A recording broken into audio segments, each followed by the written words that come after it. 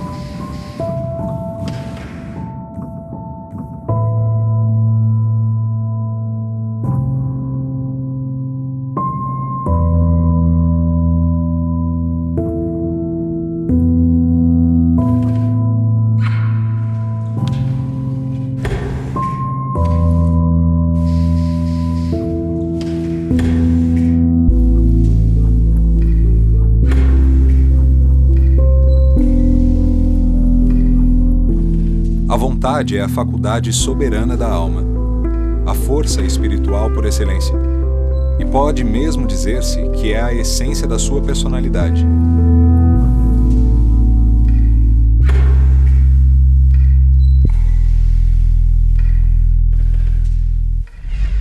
Dentro do Espiritismo, a vontade é a força suprema que move o universo, né?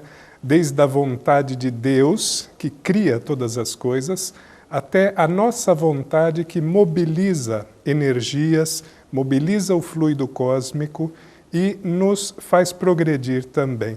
Em O Livro dos Espíritos, codificado por Allan Kardec, nós vamos encontrar na questão 24 um item muito interessante, que vai dizer que a inteligência é um atributo do espírito. E ali vai dizer também que nós precisamos estudar esta questão de uma forma mais ampla. Porque se nós não tivéssemos a inteligência para o espírito, então nós poderíamos dizer que o espírito não teria necessidade, ou não teria a sua existência. A inteligência é uma faculdade para o espírito aprender. Ele usa a inteligência para fazer as suas experiências e extrair conhecimentos intelectuais e conhecimentos morais. Então, a inteligência é faculdade para aprender. Espírito é o princípio inteligente do universo. Nós aprendemos isso com Kardec e os espíritos que o orientaram. Então, nós sabemos que o pensamento é uma faculdade do espírito, assim como a vontade, como tantas outras. É através do pensamento que nós nos ligamos, tanto internamente, conosco próprios, como com qualquer ser, em qualquer dimensão, esteja esse ser encarnado ou desencarnado. No passado se confundia o cérebro material como algo que era o gerente, era a autoridade máxima a nos fazer exercitar as ações da nossa vida. O cérebro não pensa, é o espírito que pensa através do cérebro. O cérebro ele é instrumento do pensamento.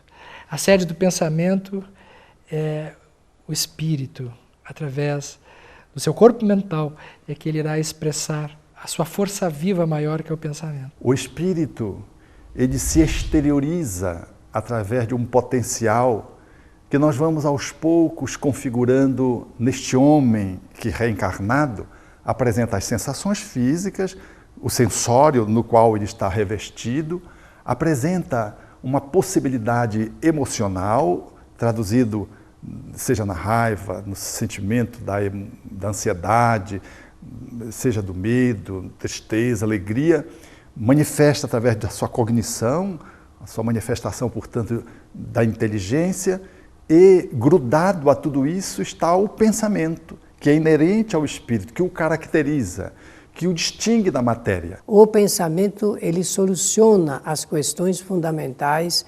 apresentadas durante as experiências do espírito. Então, ele é uma das 3 ferramentas de trabalho do espírito para a sua evolução. É o pensamento que, segundo os espíritos, traduz-se materialmente em nível espiritual, mas ainda é imperceptível aos equipamentos humanos, é esse pensamento que fala do ser espiritual e que traz dentro de si uma emocionalidade. Tanto sentimento quanto pensamento são atributos do espírito. O corpo simplesmente é a via de transmissão, né, de todas essas potencialidades espirituais. A palavra mente, ela é de origem latina e ela é usada também, muitas vezes, em substituição à psique, que é uma palavra grega.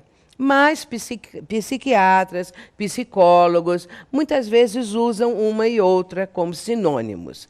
Mas também, num significado de alguns dicionários, podem as duas palavras serem empregadas com significado de alma ou espírito. O espírito é a inteligência, sendo a inteligência, ele é a mente. E, nesse caso, a mente prossegue sem o corpo físico. Ela não tem necessidade do cérebro para se manifestar, a não ser que o espírito esteja encarnado. Ela tem as condições necessárias para possibilitar à criatura o aprendizado. Aprender, verificar, escolher, repelir, aceitar, recolher, guardar, enriquecer-se, iluminar-se, progredir sempre. O poder da mente é um poder incomensurável e, evidentemente, ele atua em todos os sentidos da nossa vida e nos impulsiona ao progresso. O espírito, à medida que vai progredindo, ele vai melhorando seus pensamentos, ele vai saindo da submissão das restrições do corpo físico e do cérebro também, né? Então ele vai se enriquecendo cada vez mais de ideações, de imaginação, etc. Entre as leis divinas, a lei do progresso é uma das mais atraentes, porque ela mostra que, ao sermos criados, nós fomos dotados de várias potencialidades. E a mente humana, ela é uma ferramenta expressiva para que nós possamos progredir. A gente se alimenta de alimentos limpos, né? A gente faz a nossa comida, a gente lava os alimentos, a gente limpa.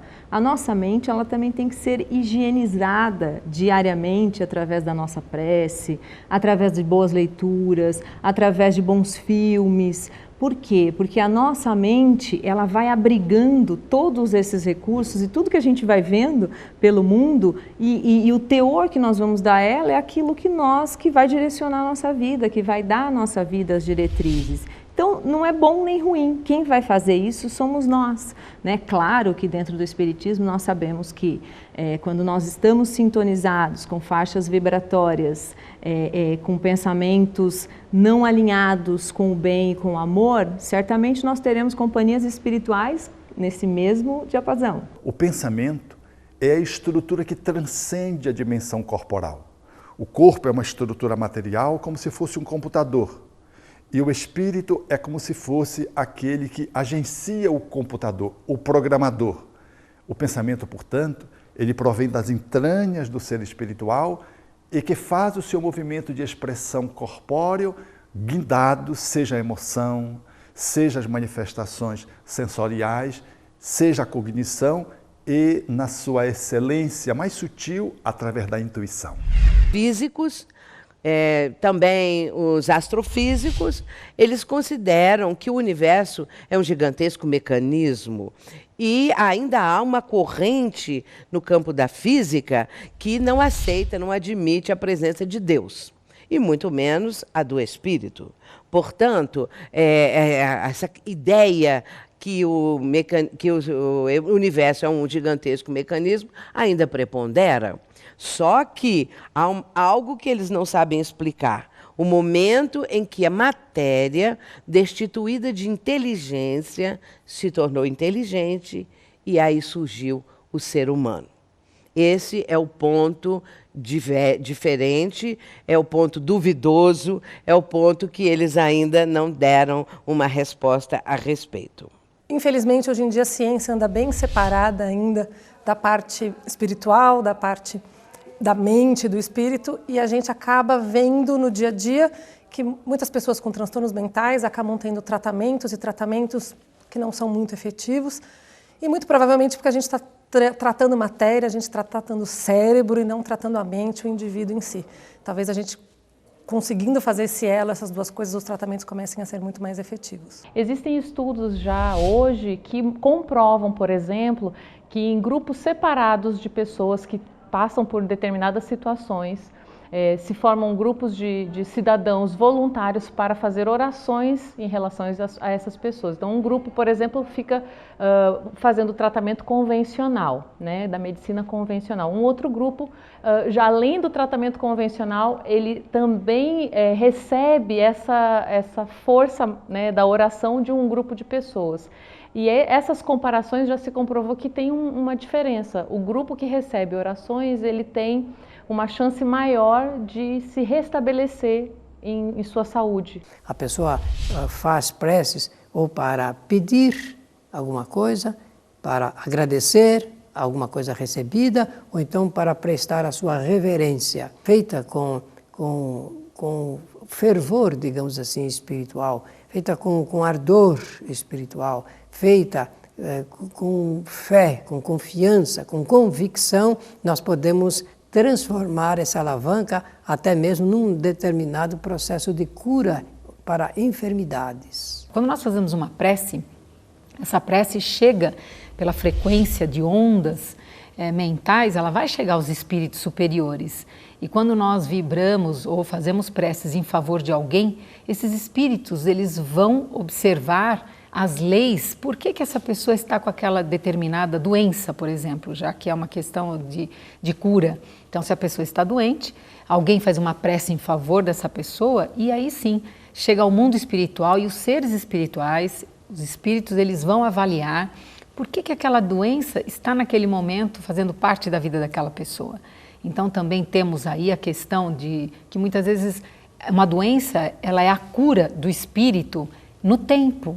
E nós queremos, como imediatistas que somos, nós queremos a cura rápida nesta encarnação, ou num tempo menor. Às vezes é uma doença que leva 5 anos, nós queremos que em 2 se resolva.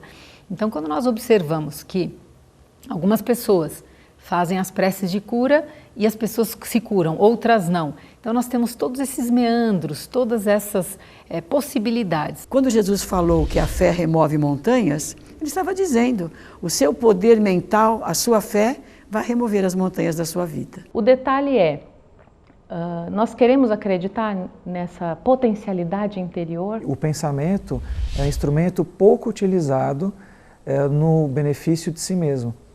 Acho que os profissionais de saúde têm que saber orientar os pacientes nesse aspecto para dissolverem raivas, mágoas, egoísmos, indiferenças, prepotências, e estimular, de alguma maneira, caridade, solidariedade, perdão, auto-perdão.